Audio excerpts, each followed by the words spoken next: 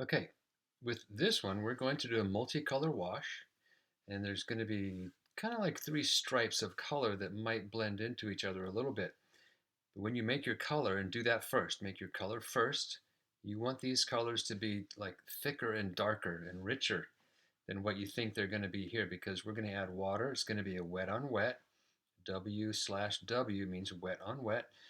And then we're going to just put a little bit of color in and watch them bleed around and blend into each other a little bit. Okay, so I'll kind of as fast as I can, but carefully put some of that clean water in. There's a slight yellow tinge to my brush. There was a little bit of yellow in my brush, but that's okay. That's not going to take over.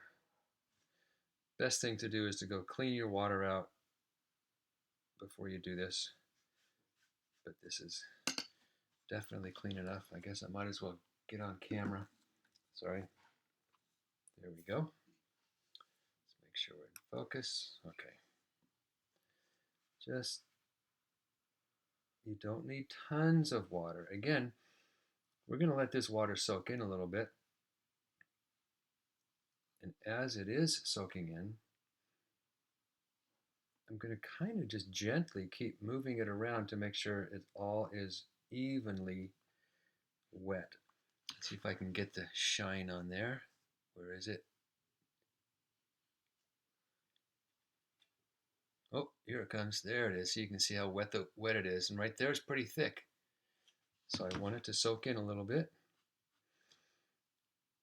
but not completely. We're going to watch these colors bleed around pretty good. Then I'm going to be picking up the board and letting the water take the color. When I pick up the board, it's mostly going to be left and right. Think of it as just like this way. I'm not going to be tipping it so it comes down to the bottom or rushes up to the top. I want the colors to still be side by side or actually layered in little bits of stripes. So I usually grab the lighter color first. I'm going to put the yellow right in the middle and watch. It's just very little paint. That's all I did right there. It's just kind of splash it in the middle. I'm cleaning my brush out. Grab some of that thick red and just going to just dab it, touch it, and just maybe boop, boop, like that. Done. Don't keep painting. I'm going to grab my thicker blue and go along the bottom. Just dab, dab. Just a couple dabs. Now, this is where it takes some time. Now, a little bit, I'm going to tip it up and down so I want these colors to just to touch each other. I'm going to move that, I'm going to wipe my brush out a little bit. I'm going to move that blue into that space. That blue, again, this is going to happen. I have clean water in my brush now, just a drop of clean water. Because I want that blue to move up a little bit up into the yellow. There we go. Now it's starting to look kind of smeary. I'm going to do the same thing up on the red. I'm going to tell the red to come on down, bump into the yellow just a little bit. There we go. Now it doesn't have to be perfectly smooth. See how it's got a little bit splotchy? Those are just things that you can't try to do. It just happens with the water. That's the nice thing about watercolor. You don't have complete control over it.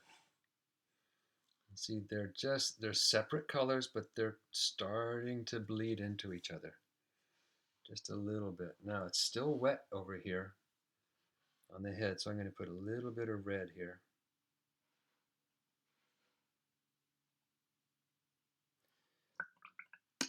And I'm going to put just the tiniest bit of water right up next to it to make it move a little bit. And you can only do those moves if the paper is still wet.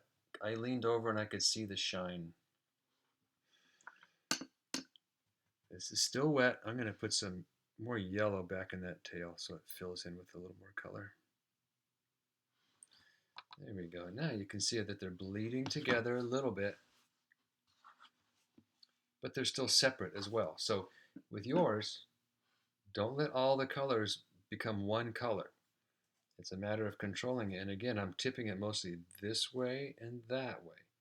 Just a little bit this way and that way. So I just wanted to make the colors just barely bump into each other, but not completely mix with each other. See, the blue and the yellow are starting to make a little bit of a green up in here. All right, I'm just going to keep tipping this left and right, and just slowly until it really settles in and that shine goes away. You can see that shine right there. When that shine goes away is when I can blow dry it. So it's going to look pretty much like this, except just a little bit lighter. Watercolor always dries a little lighter than how it looks when you first put it on. All right, that's all there is to that one. That's a multicolor wash. You could think of this as kind of a sunset, a way to do a sunset, the stripes of color that might maybe bleed into each other. Okay, there you go.